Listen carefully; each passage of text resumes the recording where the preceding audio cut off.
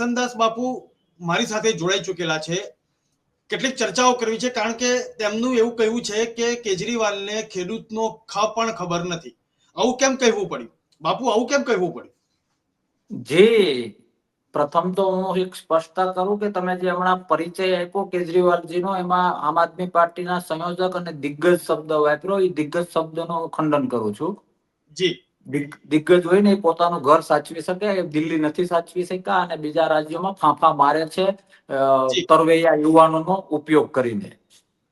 બીજી વાત, ખેડૂતોનો નથી ખબર પડી એટલે એમાં મેં કોઈ વિચાર્યા વગર કે પેલું નથી કર્યું. માનો કે કોઈ મિકેનિક ની વાત હોય, મારી ગાડી બગડે તો મિકેનિક ના એમની મને નથી ખબર, કારણ કે એ મારો સબ્જેક્ટ નથી.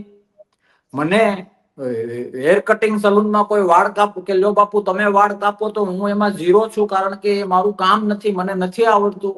આ સ્પષ્ટ છે. એમ કેજરીવાલને જિંદગીમાં પેઢી દર પેઢી જોવો, એમના પપ્પાનું જોવો, ગમે એ જોવો, કેજરીવાલ ખેતી એક દિવસે કરેલી છે?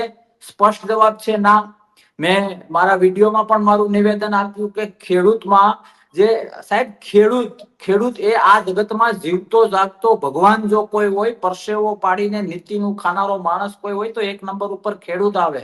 એટલે ખેતીમાં કઈ ખબર નથી, ખેડૂતની લાગણી, ખેડૂતની વેદનામાં કઈ ખબર નથી. એમને પોતાના માર્કેટિંગ માટે, પોતાના ચહેરાઓ ચમકાવવા માટે કોઈ આવતું હોય તો એ ખોટી વાત છે.